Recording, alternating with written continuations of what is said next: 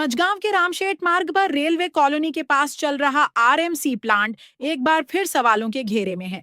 IBN news live पहले भी इस प्लांट से जुड़े प्रदूषण, धूल और ट्रैफिक जाम के मुद्दे को सामने ला चुका है, लेकिन आज भी हालात जस के तस बने हुए हैं। नो एंट्री के समय भी कंक्रीट मिक्सर और डंपर बेखौफ सड़कों पर घूमते नजर आ रहे हैं, मानो उन्हें किसी कार्रवाई का कोई डर ही ना हो। हम पहले दिखा चुके हैं कि यह प्लांट किस तरह इलाके में प्रदूषण फैला रहा है, किस तरह ट्रकों के टायरों से गीला कंक्रीट और मिट्टी सड़क पर फैलकर रोजाना जाम और हादसों का खतरा बढ़ा रही है। शिकायतें बीएमसी और एमपीसीबी तक पहुंची, वीडियो सामने आए, लेकिन जमीनी हकीकत आज भी वही है। नो एंट्री में वही गाड़ियां, वही जाम और वही प्रशासनिक चुप्पी। भायखला ट्रैफिक के पीआई जितेंद्र वरे जी का दावा है कि उनकी टीम दिन भर में 100 से अधिक नो एंट्री की कार्रवाई करती है, लेकिन यहीं से सबसे बड़ा सवाल खड़ा होता है। ये 100 गाड़ियां आखिर भायखला ट्रैफिक डिवीजन के किन किन इलाकों से पकड़ी जाती हैं, और इन 100 कार्रवाइयों में से कितनी गाड़ियां ऐसी होती हैं जो कंक्रीट मिक्सर या डंपर हों।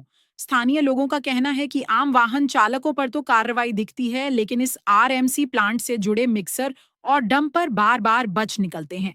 सवाल यह भी उठता है कि क्या मिक्सर और डंपर के लिए कोई अलग नियम है?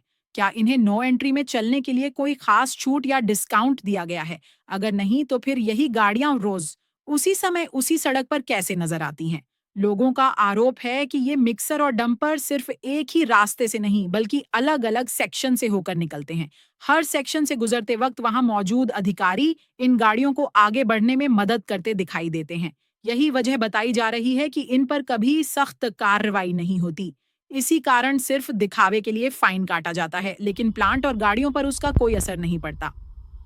रोजाना ट्रैफिक जाम, उड़ती धूल, गंदी सड़कें और बढ़ता खतरा, इन सब के बीच स्थानीय नागरिक साफ कह रहे हैं कि यहाँ कानून सबके लिए बराबर नहीं है। आम आदमी के लिए सख्ती और इस आरएमसी प्लांट के लिए नरमी। यही वजह है कि अब यह मामला सिर्फ ट्रैफिक नियम तोड़ने तक सीमित नहीं रह गया है। अब यह मुद्दा प्रशासन की निष्पक्षता, कानून के डर और जवाबदेही पर सीधा सवाल बन चुका है। और इन्हीं सवालों को और आगे ले जाते हुए अगली रिपोर्ट में आईबीएन न्यूज लाइव भायखला विधानसभा क्षेत्र के विधायक मनोज पांडुरंग जामसुदकर जी से भी इस पूरे मामले पर बात करेगा। यह जानने की कोशिश की जाएगी कि उनकी ही विधानसभा में चल रहे इस आरएमसी प्लांट को लेकर उनका क्या कहना है और क्या वह इस मुद्दे पर कोई ठोस और जमीनी पहल करेंगे।